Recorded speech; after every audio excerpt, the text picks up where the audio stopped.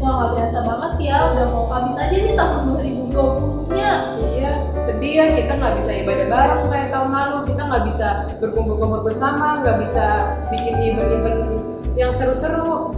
Ya, walaupun kita nggak bisa kumpul-kumpul, tapi kita harus tetap bersyukur. Siapa tahu ada makna nih yang Tuhan mau sampaikan di tahun ini, di musibah ini. Ya. Jadi kami harap Bapak Ibu semua di rumah juga bisa bersyukur ya, walaupun ibadah di rumah. Bersyukur sekali ya Bapak Ibu.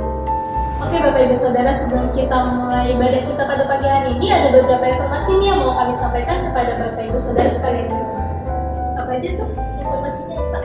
Oke, yang pertama bagi Bapak Ibu yang mau memberikan persembahan, perpuluhan bisa langsung ditransfer ke nomor rekening yang ada di samping saya.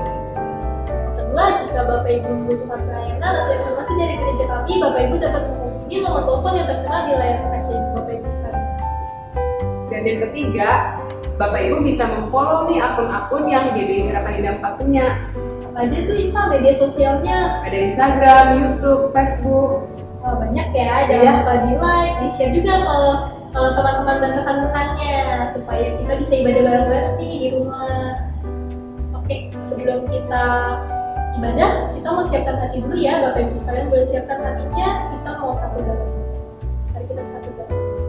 Tuhan Yesus, terima kasih Bapak untuk kesempatan pada pagi hari ini. Bapak, Kau masih memberikan kami kesehatan, Kau masih menyertai kami Tuhan, Kau masih bisa berkumpul Tuhan dengan orang yang kami sayangi, Kau masih bisa beribadah juga Tuhan pada pagi hari ini.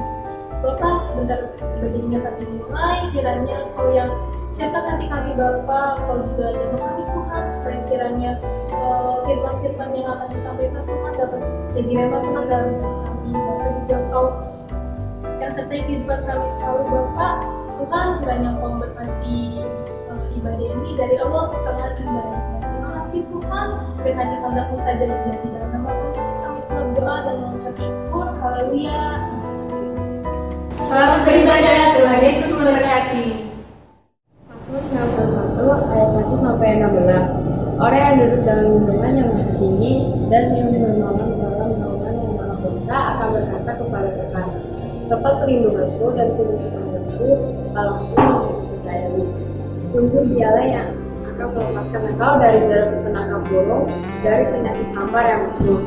Dengan tepatnya Ia akan melindungi engkau, di bawah sayapnya engkau akan berlindung. Kesetiaannya ialah perisai dan pagar itu. Engkau tak usah takut terhadap kedahsyatan malam, terhadap panah yang terbang di waktu siang, terhadap penyakit sampar yang berjalan di dalam gelap, terhadap penyakit menular yang mengamuk di waktu petang. Walau 1.000 orang rebah di sisimu dan 10.000 di sebelah kananmu, tetapi itu tidak akan menimpamu. Engkau hanya menontonnya dengan matamu sendiri dan melihat pembalasan terhadap orang-orang fasik.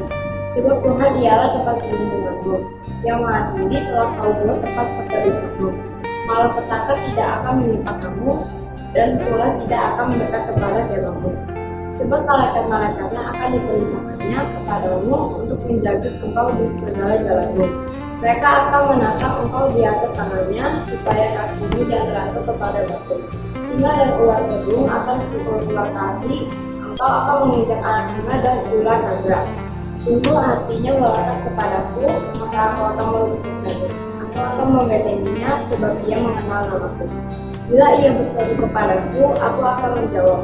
Aku akan menyertai dia dalam kesesakan. Aku akan meluputkannya dan memuliakannya. Dengan panjang umur, akan kukenyangkan dia dan akan kuperlihatkan kepadanya keselamatan daripadaku. Apa yang dimaksud dengan Pentakosta ketiga adalah yang pertama, Pentakosta ketiga adalah pencurahan Roh Kudus yang dahsyat di zaman now melebihi yang terjadi di Yesus Asli. Yang kedua, Pentakosta ketiga akan mengakibatkan penuaian jiwa yang terbesar dan yang terakhir sebelum Tuhan Yesus datang kembali. Ketiga, Pentakosta ketiga akan membangkitkan generasi Yeremia, yaitu anak-anak muda yang dipenuhi oleh Roh Kudus, cinta mati-matian kepada Tuhan Yesus, tidak kompromi terhadap dosa, dan akan bergerak untuk memenangkan jiwa. Keempat, Pentakosta ketiga lahir di Indonesia dan bergerak ke bangsa-bangsa. Gerakan ini dari timur ke barat dan akan kembali ke Yerusalem. Kelima, Pentakosta ketiga akan memberikan kuasa untuk menyelesaikan amanat agung, dan setelah itu Tuhan Yesus akan kembali.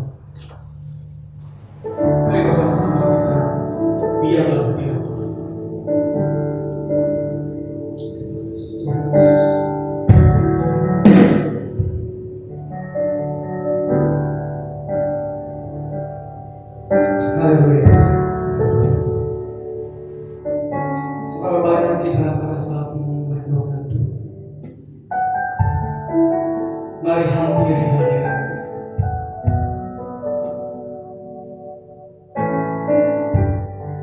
Mari nikmati kasih.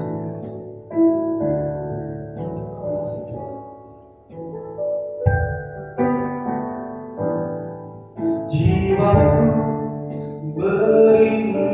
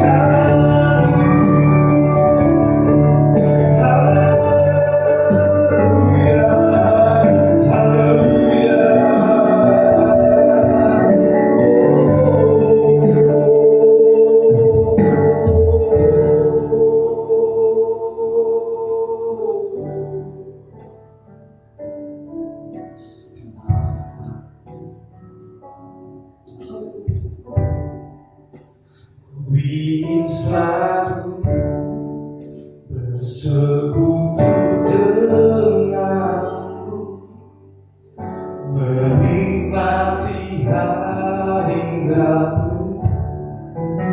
Biarkan rohmu tinggal dalam hidupku, sungguh indah bersamamu. Ku ingin selalu bersekutu denganmu, menikmati hadiratmu. Biarkan rohmu tinggal dalam hidupku, sungguh indah bersamamu. Ku ingin selalu bersekutu denganmu, menikmati hadiratmu. Biarkan rohmu tinggal dalam hidupku, sungguh indah bersamamu. Ku ingin selalu bersekutu denganmu, menikmati hadiratmu. Biarkan rohmu tinggal dalam hidupku, sungguh indah bersamamu. Sungguh indah bersamamu. Sungguh indah bersamamu.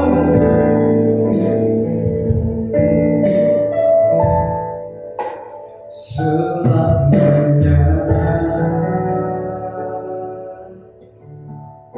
selama-lamanya indah bersamamu, indah bersamamu. Sungguh indah bersamamu Tuhan, sungguh indah menikmati kasih-Nya Tuhan.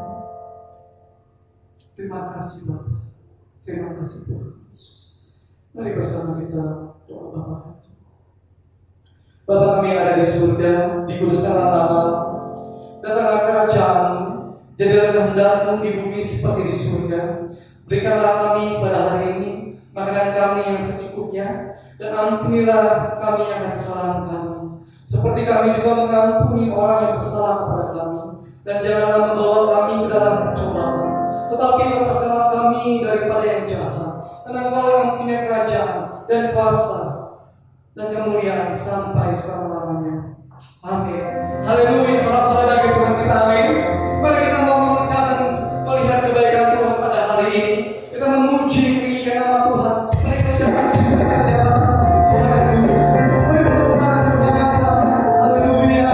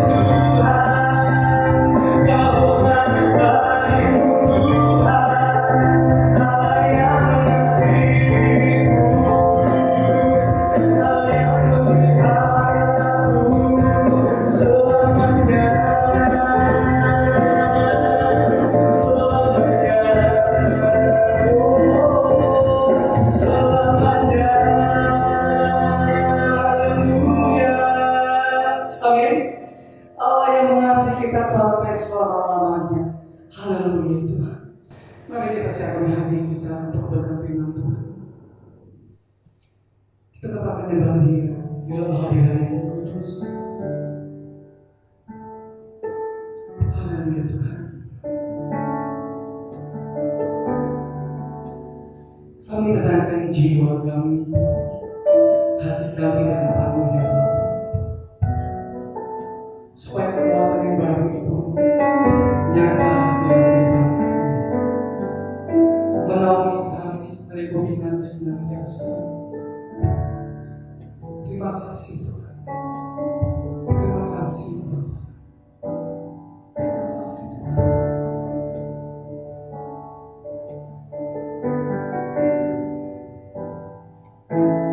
Firman-Mu berkata Kau besertaku, maka kuatku dan jiwaku. Tangan-Mu Tuhan selalu ku nantikan, di setiap langkahku percaya. Dengan sayap-Mu ku akan terbang tinggi di tengah badai hidup. Ku tak menyerah, Kau kekuatan dan perlindungan bagiku. Pertolongan di tempat maha tinggi, ku mengangkat tanganku, aku berserah. Kau ku nantikan, Kau yang ku sembah, Yesusku, Rajaku. Amin. Sungguh firman-Mu yang berkata Tuhan. Firman-Mu berkata Kau besertaku, maka kuatku dan jiwaku. Tangan-Mu Tuhan selalu menantikan, di setiap langkahku percaya. Dengan sayap-Mu ku akan terbang tinggi di tengah badai hidup. Ku tak menyerah, Kau kekuatan dan perlindungan bagiku. Pertolongan di tempat hati ini, ku mengangkat tanganku, aku berserah. Aku nantikan, Kau yang ku sembah, Yesusku,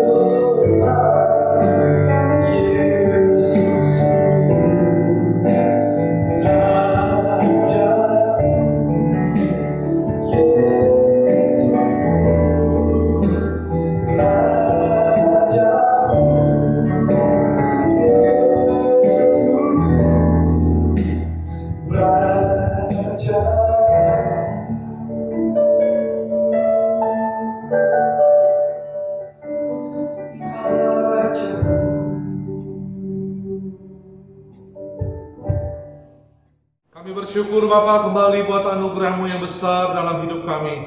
Di bulan Desember ini kami kembali boleh ada dalam ibadah online di minggu yang ketiga ini ya Bapa. Kasih-Mu terus kami nikmati, penyertaan-Mu terus kami rasakan, dan kebaikan-Mu Tuhan melimpah-limpah dicurahkan atas kami semua. Kami siapkan hati kami untuk terima kebenaran firman-Mu di dalam nama Yesus Kristus Tuhan. Kami siap, haleluya, amin. Shalom Bapak Ibu Saudara yang kasih Tuhan.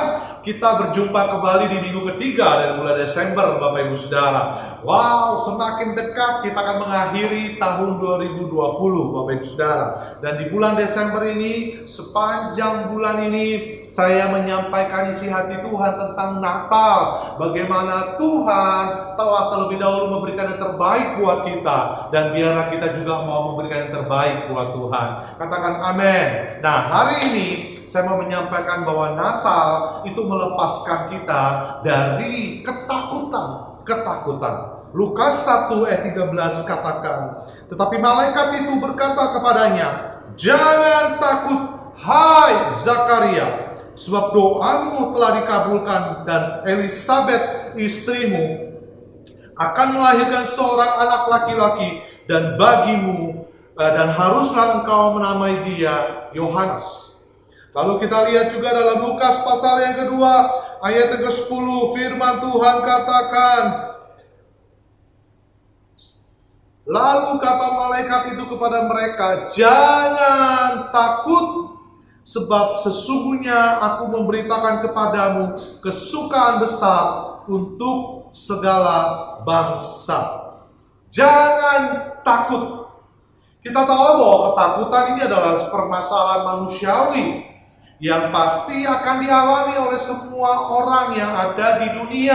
Kalau dia masih hidup, pasti dia punya perasaan takut. Takut terhadap macam-macam Bapak Ibu Saudara. Bahkan di tahun 2020 ini saya percaya makin banyak orang yang takut. Kenapa? Karena menghadapi kondisi pandemi COVID-19 ini Bapak Ibu Saudara, makin banyak orang yang takut mati, makin banyak orang yang takut terkena dengan virus COVID-19, makin banyak orang takut dengan goncangan ekonomi yang semakin tampak di depan mata kita, makin banyak orang yang betul-betul mengalami rasa takut. Nah, selama manusia ada di dalam dunia, maka pasti mengalami ketakutan ini. Apapun tingkat golongannya, kaya, miskin, tua, muda, besar, kecil, pastilah semuanya akan tetap merasakan yang namanya ketakutan. Nah, kita merasa takut ketika berhadapan dengan sesuatu yang mengerikan, seperti tadi saya sudah sampaikan kepada kita. Ketakutan itu normal sebetulnya, sangat manusiawi. Tetapi yang salah adalah tetap terus tinggal dalam ketakutan. Itulah yang gak normal. Sekali lagi saya mau bilang, takut itu normal, manusiawi. Tapi yang tidak normal adalah kita terus-menerus tinggal di dalam ketakutan. Karena hidup kita sudah menyatakan atau kita sudah mendeklar bahwa I have decided to follow Jesus. Artinya hidup kita bukannya kita lagi, tapi Kristus hidup di dalam kita. Kalau Yesus Kristus Tuhan yang adalah Tuhan dan Raja itu hidup di dalam hidup kita, harusnya kita tidak menjadi takut lagi, karena ada sebuah jaminan yang sudah Tuhan berikan dalam hidup kita.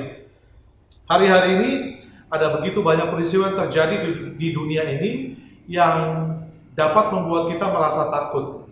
Peristiwa bencana alam seperti tanah longsor, gempa bumi, lalu gunung meletus, lalu kecelakaan pesawat dapat saja terjadi, menjadi alasan untuk orang mengalami kecelakaan. Belum lagi kondisi ekonomi yang tidak menentu hari-hari ini, harga-harga yang terus melambung tinggi, bahkan kekerasan yang terjadi di sana sini Bapak Ibu Saudara membuat banyak orang merasa kehilangan kedamaian.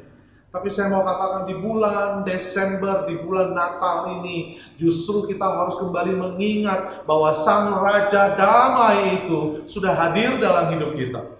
Amin. Nah, mampukah kita Bapak Ibu Saudara memaknai atau merasakan makna Natal yang sesungguhnya pada saat sekarang ini? Apakah Natal hanya sekedar perayaan yang nantinya terlalu atau berlalu begitu saja tanpa makna? Oh bisa saja, karena Natal tahun ini kan kita juga nggak bisa kumpul-kumpul rame-rame, terbatas Bapak Ibu Saudara. Kita hanya melayani secara online.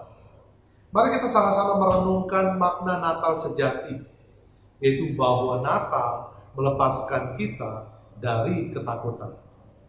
Mengapa kita menjadi takut? Ini yang perlu sekali kita pahami.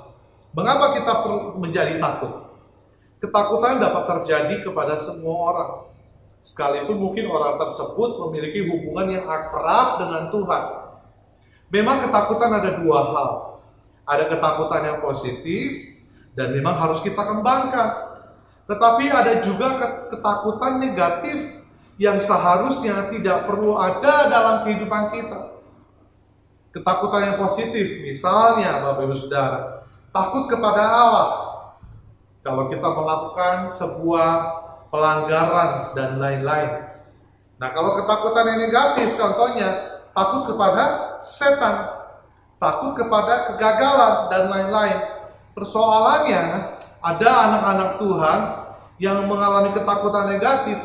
Nah, ini yang perlu kita selesaikan, yang perlu kita tuntaskan, Bapak Ibu Saudara. Kalau sama Tuhan kita perlu takut. Nah, takut sama Tuhan dengan takut sama setan itu berbeda. Takut sama Tuhan itu artinya kita menaruh rasa respect, rasa hormat yang dalam kepada Tuhan.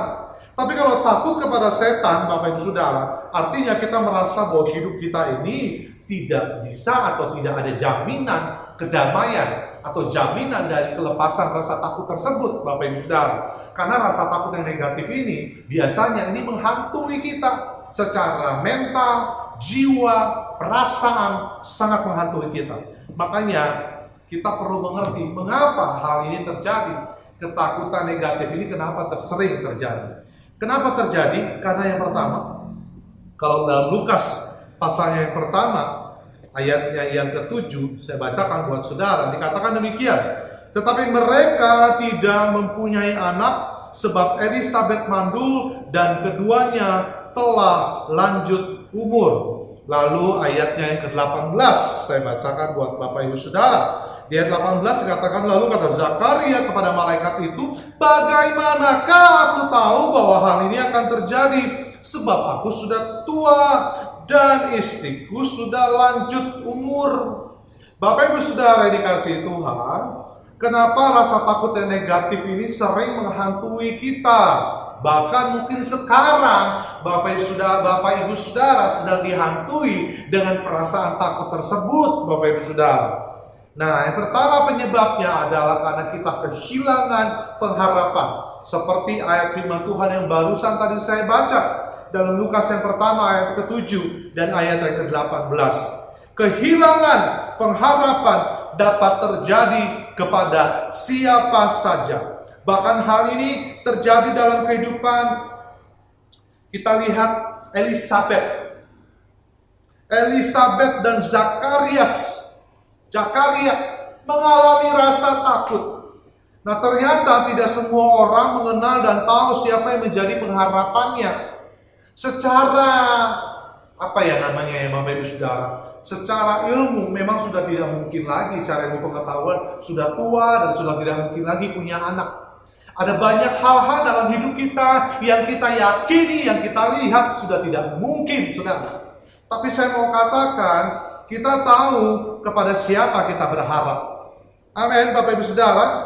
Apakah kita mengenal siapa yang menjadi sumber pengharapan kita? Ini penting, Bapak Ibu Saudara. Kalau kita kehilangan sumber pengharapan, kita pasti akan menjadi takut. Apa sih itu pengharapan? Pengharapan tidak berbeda dengan iman. Artinya, segala sesuatu yang belum kita lihat, yang belum terjadi, tapi kita percaya, itulah yang namanya pengharapan.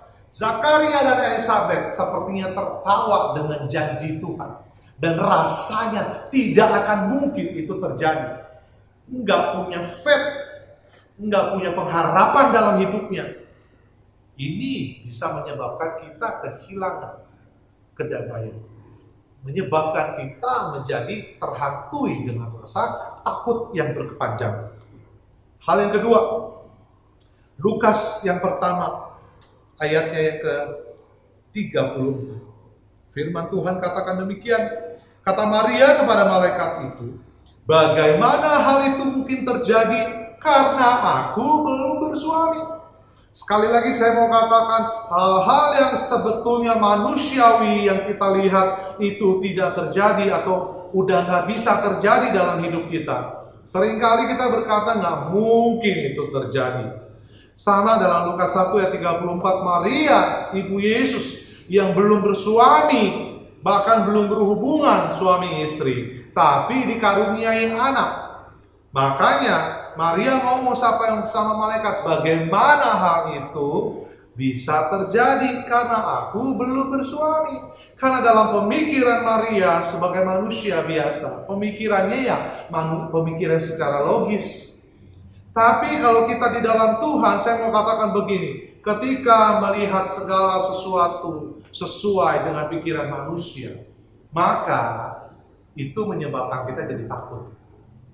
Makanya Bapak Ibu Saudara, kalau kita sudah tinggal di dalam Tuhan, kita perlu melihat, berpikir bukan dengan cara manusia, tapi kita minta Allah memenuhi kita dengan hikmat, dengan marifatnya, supaya kita bisa punya iman, sehingga mata kita bisa melihat dengan mata iman, pikiran kita memikirkan perkara-perkara yang di atas. Allah menciptakan manusia beda dengan yang lainnya, karena manusia memiliki otak dan pikiran. Namun justru seringkali dengan pikiran membuat kita mengecilkan kuasa Tuhan.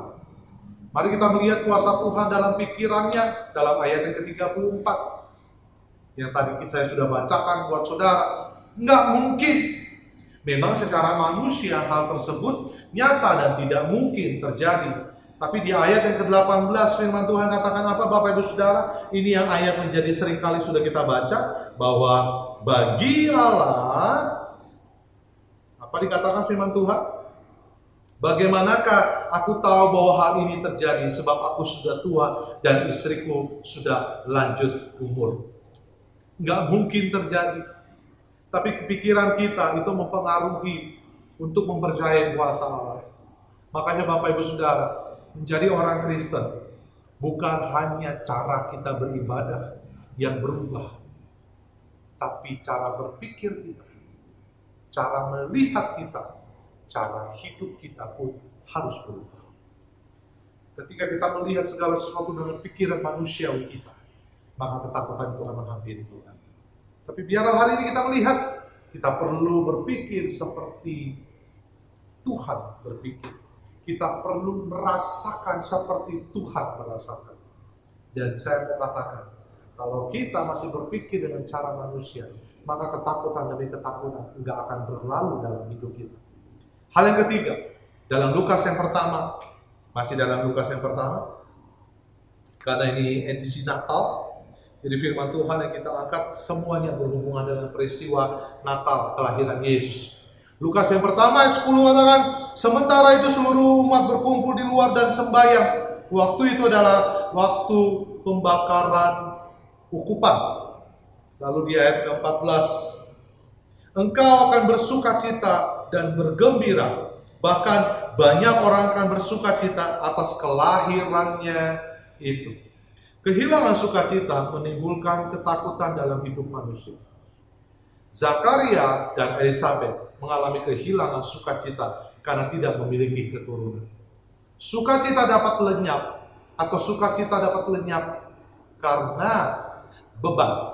Sukacita dapat hilang dalam hidup kita karena beban-beban dalam hidup kita, karena pergumulan demi pergumulan dalam hidup kita.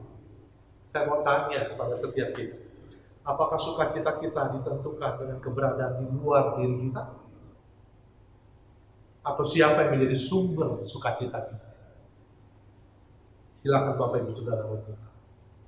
Tapi biarlah seperti firman Tuhan katakan, the joy of the Lord is my strength. Sukacita dari Tuhan itu adalah kekuatan. Katakan amin. Katakan amin. Sekarang kita lihat apa yang dilakukan Tuhan Yesus Kristus, juru selamat kita. untuk melepaskan kita dari ketakutan kita. Tuhan Yesus melakukan hal-hal sebagai berikut dalam kehidupan kita. Yang pertama, dalam Lukas 1 ayat yang ke-13. Tetapi malaikat itu berkata kepadanya, "Jangan takut, hai Zakaria, sebab doamu telah dikabulkan, dan Elisabet, istrimu, akan melahirkan seorang anak laki-laki bagimu, dan haruslah engkau menamai dia Yohanes." Yang pertama, Yesus Kristus memberikan pengharapan yang baru. Amsal 23 ayat 18, Amsal 24 ayat yang ke-14. Yesus memberikan pengharapan yang baru dalam hidup kita. Pengharapan akan masa depan di dunia ini. Pengharapan akan penyelesaian segala persoalan yang kita alami. Bahkan yang lebih penting dari segalanya adalah bahwa Yesus Kristus memberikan pengharapan akan hidup yang kekal di dalam Yesus Kristus. Katakan amin. Katakan amin. Artis, penyanyi Indonesia Agnes Monica satu saat pernah menyanyikan sebuah lagu, "Di manakah letak surga itu?" Ada begitu banyak orang yang belum paham betul, bahkan tidak ada jaminan tentang pengharapan saat penghakiman atau saat mengalami kematian. Namun kelahiran Yesus Kristus menggenapkan pengharapan yang kekal dan abadi buat setiap kita. Jika pengharapan kita di surga, Dia nyatakan melalui pribadi anaknya yang tunggal, yaitu Yesus Kristus. Mengapa kita mesti takut untuk masalah-masalah yang tidak kekal? Amin, Bapak Ibu Saudara. Hal yang kedua, dalam Lukas yang pertama, ayat yang ke-37. Firman Tuhan katakan, "Sebab bagi Allah tidak ada yang mustahil." Pikiran manusia sangat limited, sangat terbatas untuk mampu memahami kemahakuasaan Tuhan. Namun seringkali justru manusia menggunakan pikirannya untuk melihat kuasa Tuhan dinyatakan, dan itu sebetulnya nggak bisa. Ketika kita mulai mengukur kemahakuasaan Tuhan dengan pikiran kita, maka sama saja dengan kita mengecilkan kuasa Tuhan. Bagi Allah segala sesuatu mungkin. Apa yang menyebabkan kita mengalami ketakutan, keadaan, pergumulan, beban hidup yang membuat kita meragukan kuasa Tuhan. Namun Allah sanggup melakukan jauh daripada apa yang ada dalam pikiran kita. Yang percaya katakan amin. Yang terakhir, Lukas pasal yang kedua, ayatnya yang ke-10. Firman Tuhan katakan, lalu kata malaikat itu kepadanya, "Jangan takut, sebab sesungguhnya aku memberitakan kepadamu kesukaan besar, the great joy." Amin, Bapak Ibu Saudara.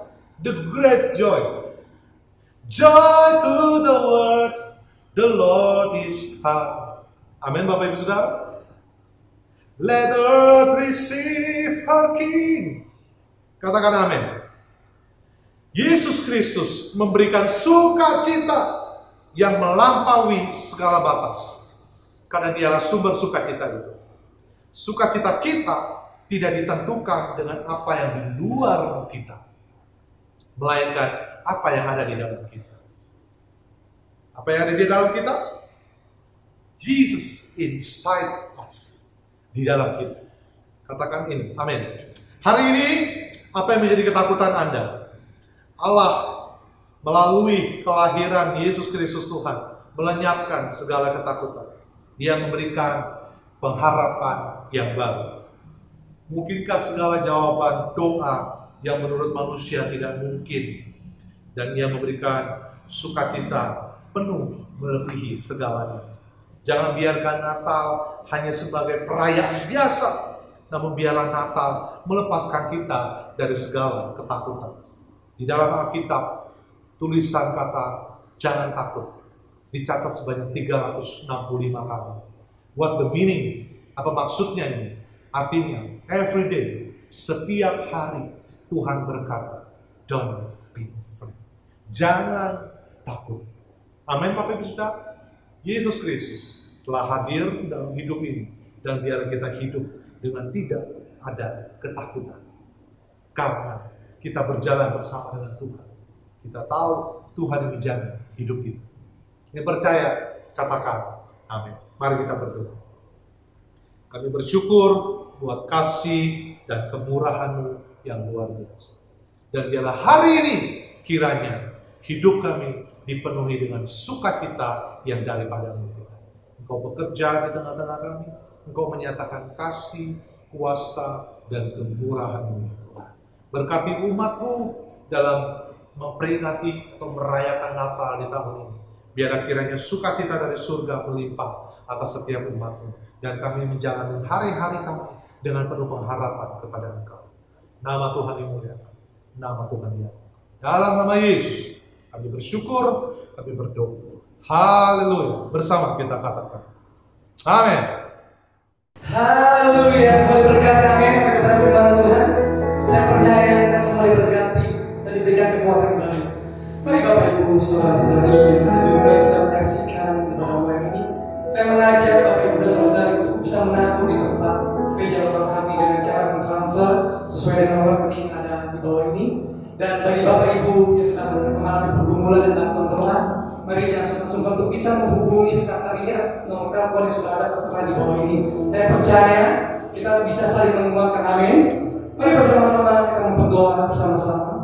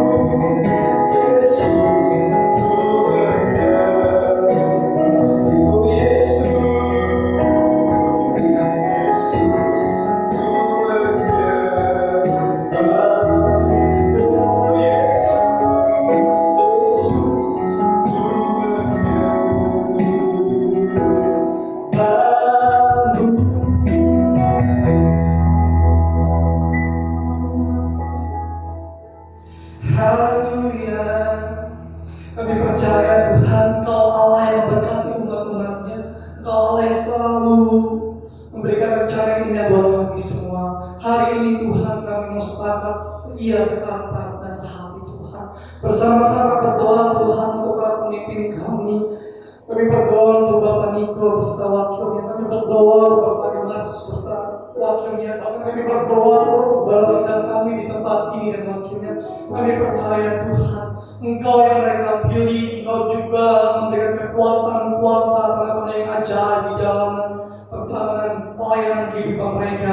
Kami percaya Tuhan, setiap apapun yang mereka kerjakan, setiap mereka lakukan sesuatu, itu untuk menyenangkan hati Tuhan, itu untuk menyenangkan hati-Mu dan memuliakan nama-Mu Tuhan Yesus.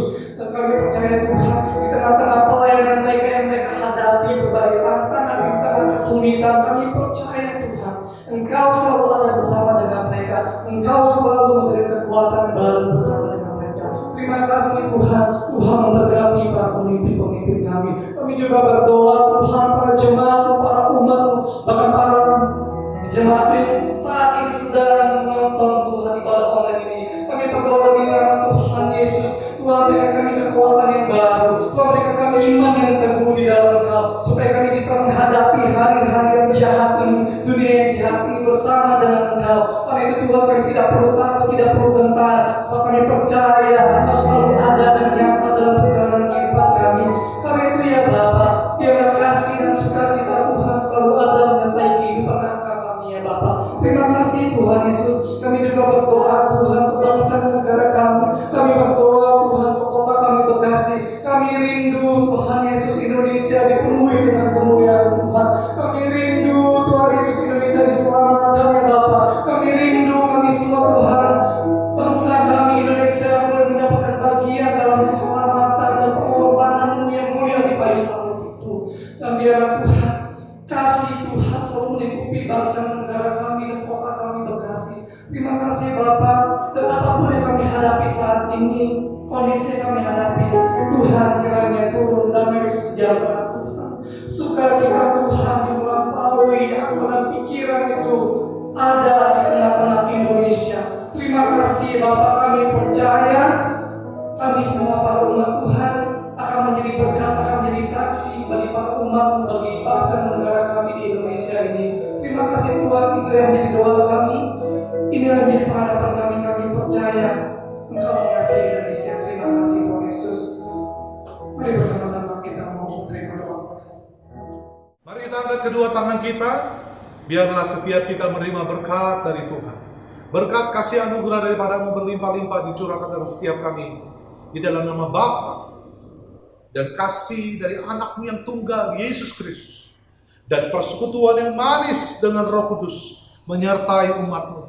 Mulai hari ini sampai selama-lamanya. Kami yang percaya dan diberkati Tuhan. Bersama kita katakan amin.